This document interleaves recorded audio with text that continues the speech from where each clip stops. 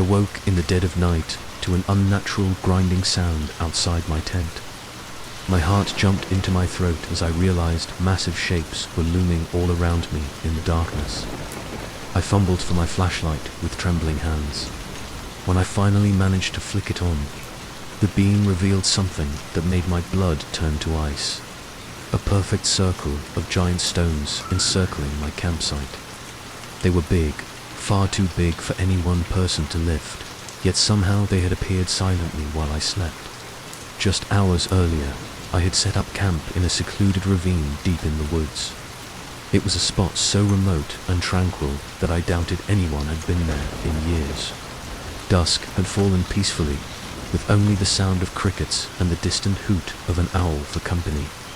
I remembered cooking dinner over the fire and feeling perfectly at ease under the towering pines.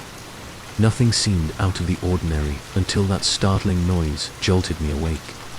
At first, half asleep, I thought a tree had fallen nearby. But as I peered out through a gap in my tent flap, I saw the silhouettes of boulders arranged in a ring around my small clearing. My mind raced. Who could have done this? I was utterly alone out here, at least I thought I was. A cold wave of dread swept over me, realizing that someone or something had encircled me, while I lay vulnerable in my sleeping bag. Every hair on my body stood on end. I listened intently, holding my breath. The night was deathly quiet now, aside from the pounding of my own pulse in my ears. No footsteps, no rustling leaves. Whoever had been out there was gone. I felt trapped, as if I were in some kind of primitive ritual circle, and I didn't know whether the intent was to contain me or to send a message. I didn't dare step outside the tent at first. I sat there with my hunting knife clutched tight, eyes wide in the darkness, which suddenly felt paper-thin around me. Adrenaline surged, keeping me awake as the hours dragged on. Several times I thought I heard a faint twig snap or the crunch of gravel, and I'd hold my breath again, heart hammering, thinking the intruder was coming back, but nothing followed. As the first grey light of dawn crept in, I unzipped the tent and cautiously emerged. In the weak morning light, I could finally see the stones clearly. There were at least a dozen of them, each roughly the size of a small boulder, positioned in an eerily precise circle around where I'd slept.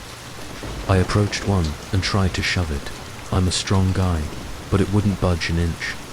It must have weighed several hundred pounds. A chill ran through me despite the morning warmth. How had these been moved without waking me? There were no drag marks or footprints that I could see. The forest floor around my site looked undisturbed except for the heavy stones that had been there before. It was as if they'd risen from the ground on their own. For the first time in my life, I felt truly small and helpless in the face of the wilderness. I quickly packed up my gear, casting nervous glances at the tree line. I felt exposed out here, watched. The quiet was oppressive. I couldn't even hear birds chirping. Before leaving, I took one last look at the bizarre stone circle. It almost looked deliberate, like some ancient barrier or warning. A part of me wondered if I had stumbled into something beyond my understanding, something that didn't want me here. Hiking out of that ravine, I kept checking over my shoulder. Every snap of a twig or rustle of leaves set my nerves on edge. I had never believed in local legends, stories of giants or forest spirits. But in that moment, I questioned everything. Could this have been a twisted human prank? If so, how did they move such enormous rocks without machinery or making a sound? And if it wasn't a person, the alternatives were too terrifying to consider. My rational mind wanted to find a logical explanation, yet I was coming up empty. Later, when I described the incident to a close friend, they just shook their head in disbelief. One buddy joked that Bigfoot must have paid me a visit. Another suggested I might have dreamed it or hallucinated. But I was stone cold sober, and I know what I saw. Those boulders were real, and they were deliberately placed. The thought that something that powerful, whether human or not, had crept around me, as I slept defenseless, still gives me nightmares. Whatever walked that remote ravine under cover of darkness left me a message in stone. and I have no desire to ever encounter it again. These days, I refuse to sleep out in the woods without a heavy firearm by my side, if I even dare to sleep in the woods at all. I was hiking through a remote section of my family's woodland property when I came across an abandoned campsite that made my skin crawl. At first, I noticed a practically new-looking suitcase sitting upright against a tree, sticks and leaves scattered over it like someone tried to hide it. Nearby lay a makeshift lean-to shelter built from branches and a plastic tarp, as if a family had been camping there. There was even a cold fire pit with charred wood, long since burned out. Yet, not a single soul was around. Curious and uneasy, I unzipped the suitcase. Inside, I found neatly folded clothes and personal items for what looked like a family of 4. Men-s and women-s outfits and small children-s clothing. 2 sets of each. There were kids' coloring books and a couple of toys, along with some canned food and snacks. Oddly, there was no identification at all, no IDs, no names on the coloring books, nothing that could tell me who they were. All of it looked nearly new, not weathered or old. It was as if the owners had packed up their life, brought it to the woods, and then disappeared. A heavy sense of dread settled in the pit of my stomach. I called out, raising my voice in case anyone was nearby. "Hello, anyone here? Do you need help?" My words echoed off the silent trees. The only response was the distant call of a crow. I stood there in that lonely camp, feeling like I had walked into the remnants of someone's life, a life interrupted. I half expected to find bodies, but there were none. No signs of struggle or violence either. It was as if they had just walked away moments ago, mid-meal even, and never returned. The lean-to shelter had some blankets inside, spread out as bedding. I noticed a couple of plastic plates on the ground by the dead fire, one smeared with something that looked like peanut butter. Flies buzzed around it. Whatever happened here, it hadn't been too long ago. I couldn't shake the feeling that something was terribly wrong. Parents wouldn't just leave their kids' clothes and toys behind in the middle of nowhere, unless they had no choice. I pulled out my phone to see if I could get a signal to call someone, but of course, in this deep woods pocket, there was none. I took photos of the scene, my hands shaking slightly as I documented the eerie stillness of the camp. The rational part of my mind was ticking off explanations. Maybe they got lost exploring and had Auntie made it back yet. Or they could have been picked up in a rush due to an emergency, intending to come right back for their stuff. But then, why was one of the 2 tents collapsed, its stakes half pulled from the ground, while the other stood perfectly pitched? And why leave behind the suitcase with all their clothes and even food? As the sun began to dip below the trees, I felt a rising urge to leave. The woods felt like they were closing in on me, as though I was being watched by unseen eyes. I decided I'd come back the next day with help and properly report this. Before I left, I set up a trail camera on a nearby tree aimed at the campsite, hoping to catch anyone returning. It was the best I could do for the night. That night, back at our cabin a few miles away, I barely slept. My mind kept replaying the images of those tiny clothes and toys. I have a young niece and nephew, and the thought of them alone in those woods made my heart ache. At first light, I headed out with my older brother to show him what I had found and to retrieve the trail cam. We approached the site, calling out again. No answer, only morning birdsong and a breeze in the pines. Everything was exactly as I left it. No new footprints, no disturbances. We combed the area in a wider circle, looking for any clue tracks, a note, anything. What we did find sent chills through me. About 50 yards from the camp, deeper in the brush, my brother spotted a little stuffed teddy bear propped against a log. It looked deliberately placed, facing the abandoned camp. I picked it up gingerly. It was a bit damp from dew, but hadn't been out there long. The sight of that toy made this all the more real and haunting. It was like whoever had been here left a piece of themselves behind. We checked the trail camera's footage immediately. In the 3 weeks it had been up, the camera captured nothing but shifting shadows and wildlife deer passing through, a curious raccoon sniffing around, not a single human figure. Whoever those campers were, they never came back for their belongings, at least not via that route. To this day, I haven't learned what happened to that family. Local authorities took a report, and I later inquired if there were any missing persons matching the description of what I found. There were no leads. It's as if they vanished into thin air. I still wander our family's woods sometimes, but the atmosphere of that abandoned camp stays with me. I often find myself glancing over my shoulder, half expecting to see a pair of children peeking out from behind a tree or a silent silhouette watching from the lean-to.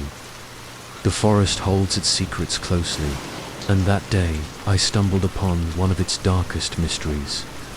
I doubt I'll ever get answers, but I'll never forget the forlorn sight of that lonely suitcase and the silent, empty shelter deep in the woods. I pushed through a dense thicket, stepped over a ridge, and came face to face with a skeleton sitting upright on a log. I froze, my mind struggling to process what I was seeing. It was the complete skeleton of a cow, bones bleached white, painstakingly wired together with twigs and twine. Whoever did it had posed the skeleton as if the cow was sitting there patiently waiting for me. For a split second, it felt like the empty eye sockets were staring right at me. This was miles deep in the forest, far from any farm or road.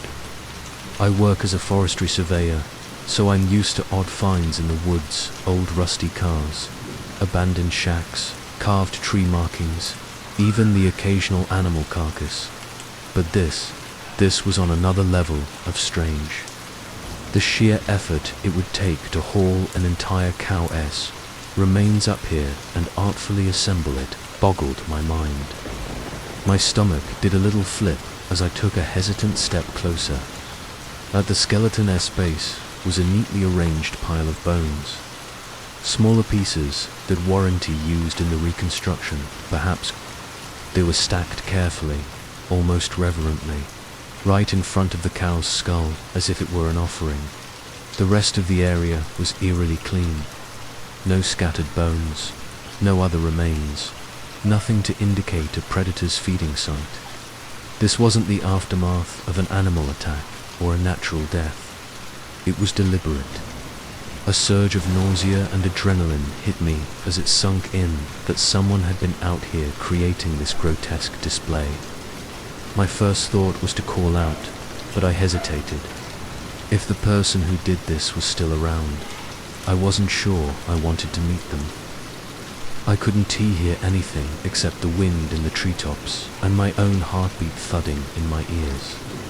The forest felt oppressively silent, like it was holding its breath with me. Carefully, I circled the effigy, half expecting it to collapse or suddenly spring to life with the way my imagination was running wild. Up close, I could see that the twine binding the bones was relatively new. It hadn't rotted or frayed much, meaning this was a recent creation. A whiff of something faintly rotten lingered, suggesting some bits of the carcass might have still had tissue when assembled. I swallowed hard, throat dry. I used my radio to call 2 of my co-workers, who were surveying a quarter-mile away. Trying to keep my voice steady, I asked them to come see something incredible, careful not to betray the shakiness I felt. While waiting, I stood guard by the site, eyes scanning the timberline for any movement. I kept feeling like I was being watched from the shadows. I found myself gripping the handle of my machete tightly, just in case. When my colleagues arrived, their expressions shifted from annoyance at the detour to sheer shock. One let out a low whistle. The other muttered a curse under his breath.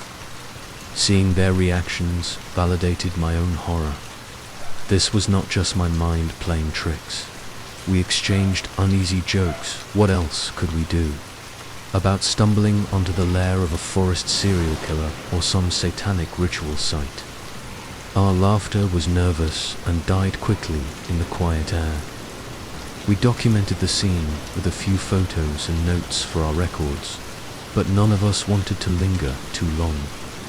There was a deep, unsettling energy in that clearing, as if we'd trespassed somewhere we truly didn't belong. Eventually, we agreed to finish our day's work and report this oddity to our supervisor later. There was no protocol for cow skeleton art installation in our field manual. I left that ridge with one last look over my shoulder at the bone-white figure on the log. It sat there, gazing out over the slope, indifferent to us intruders. The image is burned into my memory, something out of a nightmare, sitting in broad daylight in the middle of nowhere.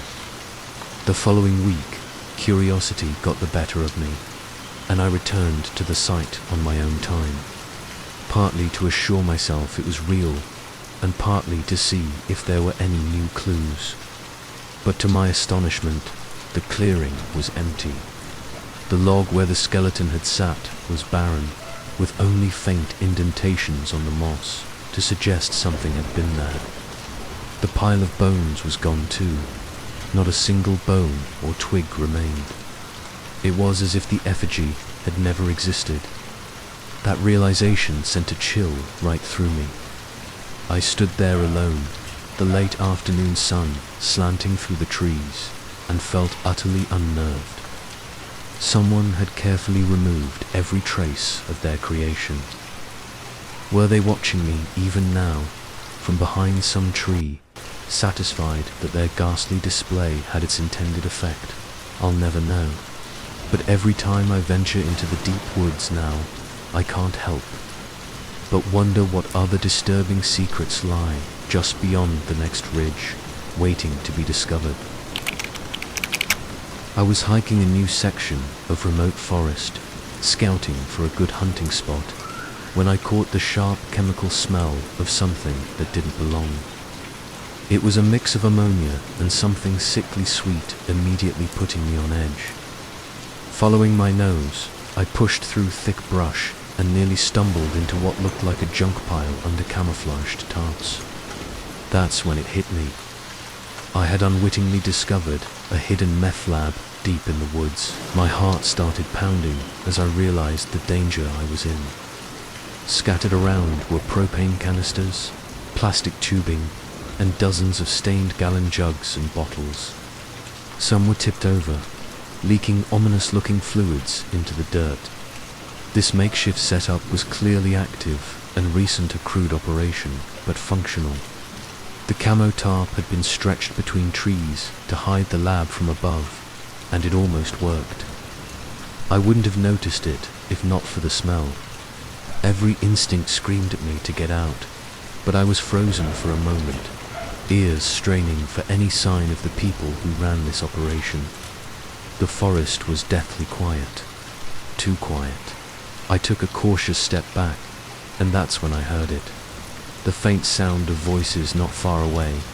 A twig snapped, and then a muffled curse. They were nearby, and I had no intention of finding out what they'd do if they caught me snooping. Adrenaline surged through my veins. I turned and started creeping back the way I came, trying to move silently. But panic got the better of me after a few yards, and I stepped on a dry branch with a loud crack. The voices went silent. My stomach dropped. A burst of shouting followed, angry, alarmed, and I knew I'd been discovered. I bolted. Behind me, I heard crashing through the brush and one of the men yelling, "Hey, stop right there." I didn't dare glance back. I ran for my life, zigzagging through the trees I had casually wandered through just minutes before. My quiet hike had transformed into a nightmare chase. Thorns and branches clawed at my clothes as I sprinted. A deafening bang echoed through the forest, a gunshot. Bark exploded from a tree trunk just to my left. They were shooting at me. Pure terror lent me speed I never knew I had.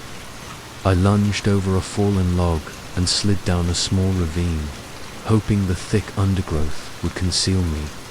My lungs burned and my legs felt like they might give out, but I refused to stop. For a few minutes, I crouched behind a clump of ferns and listened. I could hear at least 2 men crashing around, swearing and calling out to each other. One voice shouted, "I think he went this way." They were fanning out. I knew I had to keep moving. Keeping low, I made a wide arc toward the direction of the nearest road, which was over a mile away. I tried to stay as quiet as possible, but every little sound I made seemed amplified by my fear. Eventually, I heard their voices growing more distant. Either they gave up the chase or lost my trail. I didn't waste time pondering which.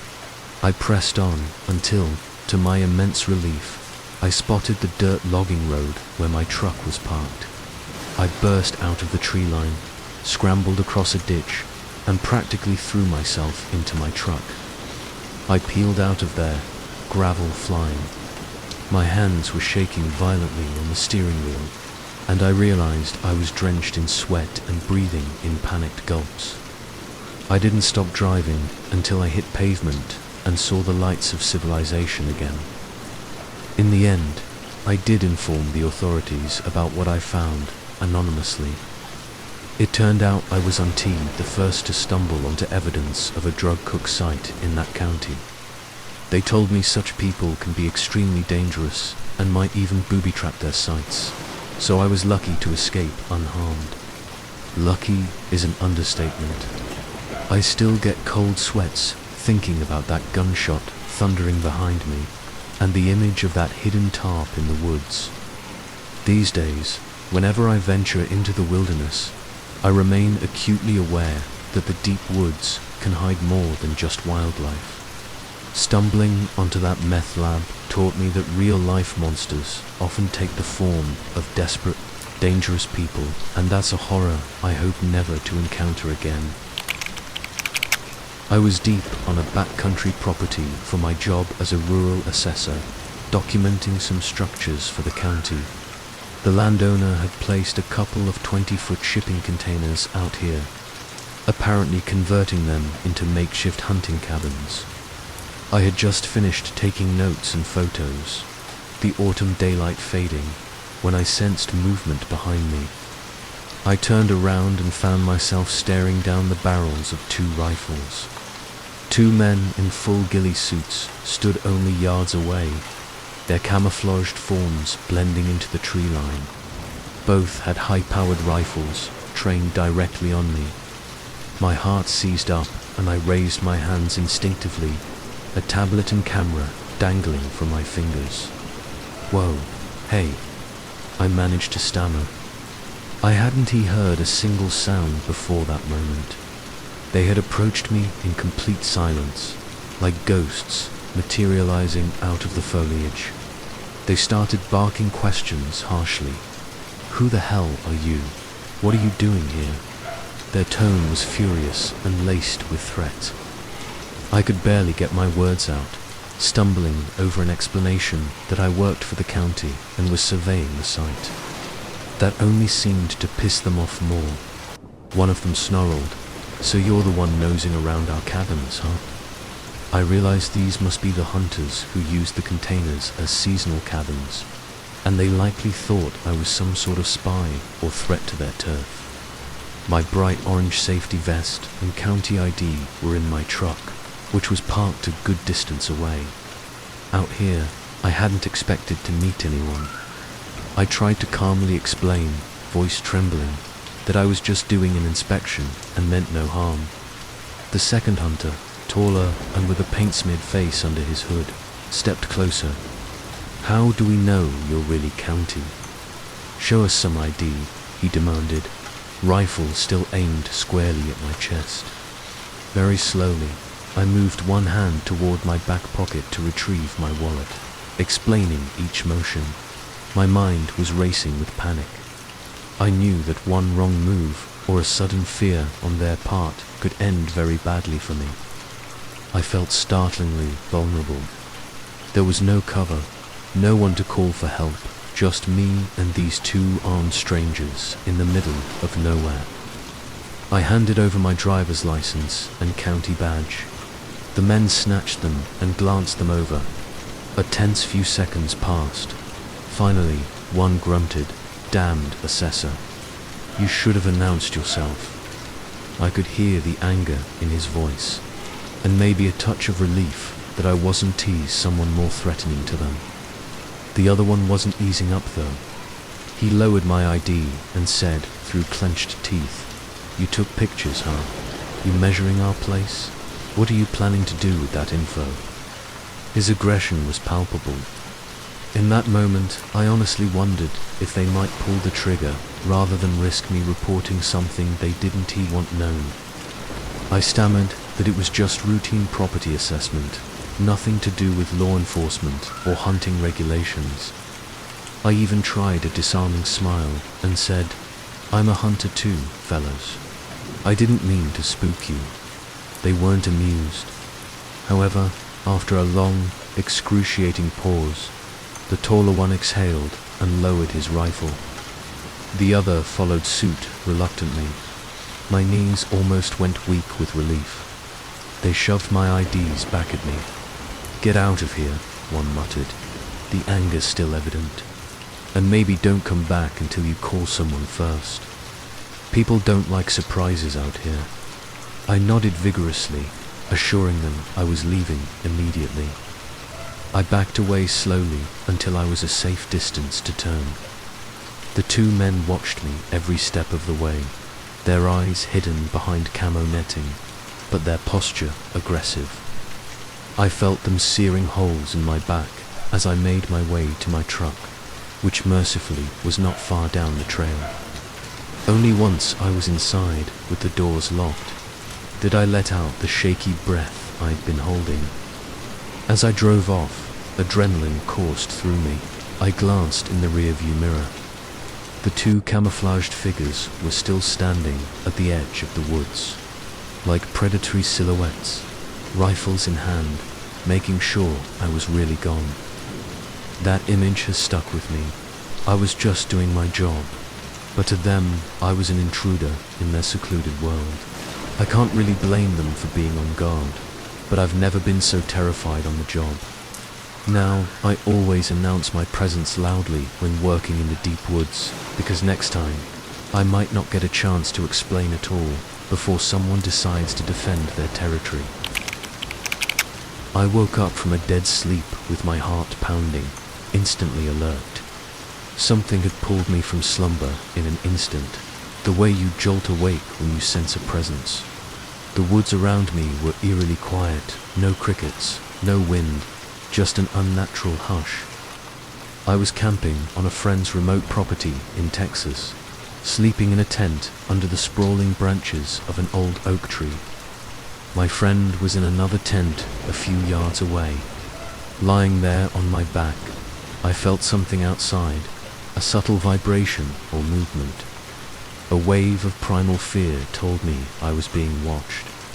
Slowly, with trembling fingers, I began to unzip the tent door just a crack. I moved inch by inch, as silently as possible. The moonlight barely penetrated the dense canopy of the oak, and strange shadows webbed the clearing. Peering out, initially I saw nothing but darkness and the indistinct shapes of shrubs. But as my eyes adjusted, I realized those shapes were moving. The ground itself seemed alive. Then it hit me. I was looking at a pack of coyotes, and not just a few. There must have been 40 or more of them, trotting and circling quietly around our campsite. I felt a surge of adrenaline, but I fought to stay calm. I've encountered wild animals before, and panicking never helps. Still, The sheer number of them made my skin crawl. These coyotes moved almost like ghosts, barely a rustle as they weaved between the trees and sniffed at the ground. One passed within 10 feet of my tent, and I could make out its lean silhouette and the glint of its eyes reflecting faint light. It was utterly silent, no yips, no growls. They communicated in uncanny quiet, as if operating on some level of packed telepathy. Very slowly, I zipped the tent flap closed again, heart thudding in my chest.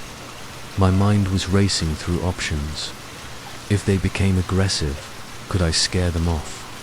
I had a hunting knife and a handgun with me, but the last thing I wanted was to find out how a pack of that size would react to a sudden noise or threat. I quietly slipped my handgun out of my backpack and laid it on my chest, my finger off the trigger but ready. I promised myself I'd only fire as an absolute last resort. So I lay still, every muscle tensed, listening to the stealthy footfalls and occasional sniff outside. I could hear at least one coyote pawing at the fire pit, where hours before we had cooked our dinner. It felt like an eternity, but was probably a half hour or so of me lying there rigid, scarcely daring to breathe. Eventually, the soft crunch of leaves and pads on soil began to fade. The pack was moving on. I exhaled the breath I'd been holding. In the distance, I heard one high-pitched yip and a chorus of responses, a signal to regroup perhaps, but muffled by distance now. I realized I was drenched in sweat. My friend, incredibly, was still snoozing in his tent. He's a heavy sleeper and somehow missed the whole episode. I didn't dare step out or wake him until I was sure the coyotes were gone. When dawn finally broke, I crawled out to a dewy, peaceful campsite. In the light of morning, there was no obvious sign that over 3 dozen predators had crept around us in the dark. No tracks or scat that I could find. The fallen leaves looked only mildly disturbed. If I hadn't witnessed it, I might have doubted it happened at all. My friend thought I had a weird dream until that evening. As dusk settled the next night, we stayed near the cabin on the property out of caution. That's when the howling began. From somewhere far off in the woods, we heard the coyotes' wild cries rising in the night air. My friend and I exchanged uneasy looks, both remembering the shadows that prowled around us the night before. The howls were long, undulating, and primal, like a sound that belonged to a world without people. The chorus of yips and wails went on for what felt like hours, echoing over the fields and through the trees. The sound was somehow even more unnerving than seeing the silent pack up close. It was as if they were reminding us that they were still out there, that the woods belonged to them once the sun went down. Eventually, the coyotes fell quiet, and by the next morning, they were gone for good. But those 2 nights left a deep impression on me. I've camped all my life, but I've never experienced anything like the sight of a massive, ghostly pack padding between the trees around my tent. It was a powerful reminder that out in the deep woods, we humans are just visitors, and sometimes the locals pay you a visit too, on their own terms. During the off-season, on the small island where I worked as a park ranger, I had the place entirely to myself. No tourists, no residents, just 400 acres of wilderness surrounded by black ocean, with no internet or phone service to keep me occupied. I often took to exploring the island's trails at night for a bit of excitement. I'd challenge myself to hike in the dark without a flashlight, letting the moonlight guide me. It was usually peaceful, if a bit spooky, but one autumn night I experienced something that still gives me chills. I was traversing an old-growth section of forest near the island's center, a place where gnarled ancient trees blotted out the moon and left the trail in pitch darkness. As I carefully placed one foot in front of the other, I heard a faint rustling sound behind me. I stopped, heart thudding, and turned around slowly. My eyes strained to see anything in the blackness between the tree trunks. Nothing, just silent, dense night. Exhaling, I faced forward again, and something immediately brushed against my face. I gasped and instinctively threw a punch. My fist connected with a thin, wiry shape that snapped just a tree branch. In my heightened state, walking face first into it felt like something lunging at me.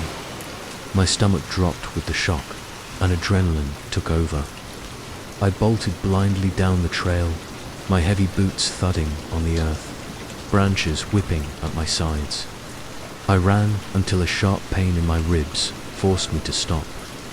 Bent over, catching my breath and calming my nerves, I realized how spooked I'd gotten by a branch.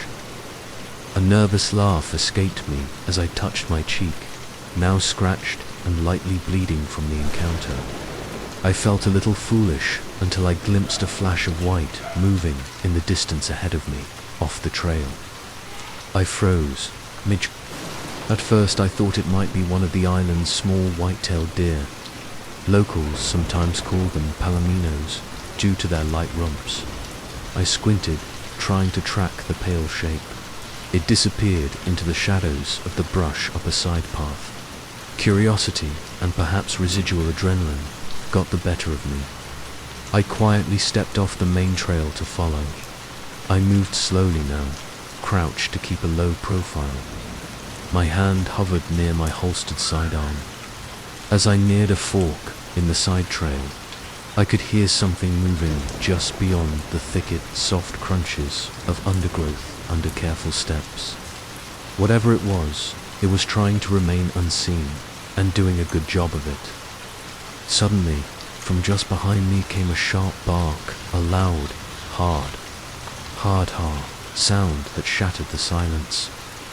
I whirled around, drawing my gun halfway from its holster. Standing about 30 feet back, partially behind a tree, was a pale-faced man. He was tall, well over 6 feet, with dark, scraggly hair, and in the dim moonlight I could clearly see he was wearing a startlingly bright white t-shirt. In one hand he held what looked like a long stick or staff. His face bore a twisted, lunatic grin. For a second we just locked eyes. My mouth went dry. Then he barked that strange laugh again, almost like an animal's bark, and suddenly bolted. He took off through the underbrush with incredible speed and confidence, as if he knew every inch of the terrain. Within moments, the pale blur of his shirt vanished into the maze of trees and darkness. I stood there in shock, gun now fully drawn and trembling in my hand. I strained to listen for which direction he'd gone, but all I could hear was my own pulse throbbing in my ears. I didn't dare pursue him. Whoever that was, he had just demonstrated he could sneak up on me easily and move through these woods like a ghost. The thought of being lured deeper into the darkness by this unhinged stranger sent a wave of fear through me. Carefully, I began backing away, retracing my steps toward the main trail. Every few seconds, I'd whip around, expecting him to be right behind me. But I saw and heard nothing more. Once I hit the main trail, I clicked on my flashlight to hell with my no-light challenge and briskly walked. Then jogged, then outright ran the remaining half-mile back to my cabin near the shore. I locked the door and spent the rest of the night glancing out the windows, hand on my rifle. Sleep did not come easy. The next morning, in daylight, I did a thorough sweep of the island's perimeter, looking for any sign of an unauthorized visitor. There were no boats missing from the tiny harbor, no disturbed brush where I saw him, no footprints or campsites. It was as if the man in the white shirt never existed, but I know what I saw. To this day, I have no explanation. Perhaps he was a squatter who somehow reached the island and stayed hidden. The way he moved, though so silently, with that bizarre confidence, it unnerves me. I never saw the pale man again, and frankly, I hope I never do. Ever since that encounter, the once comforting solitude of that island has held a new edge of danger. I learned that even when you think you're utterly alone in the deep woods, you might not be alone at all.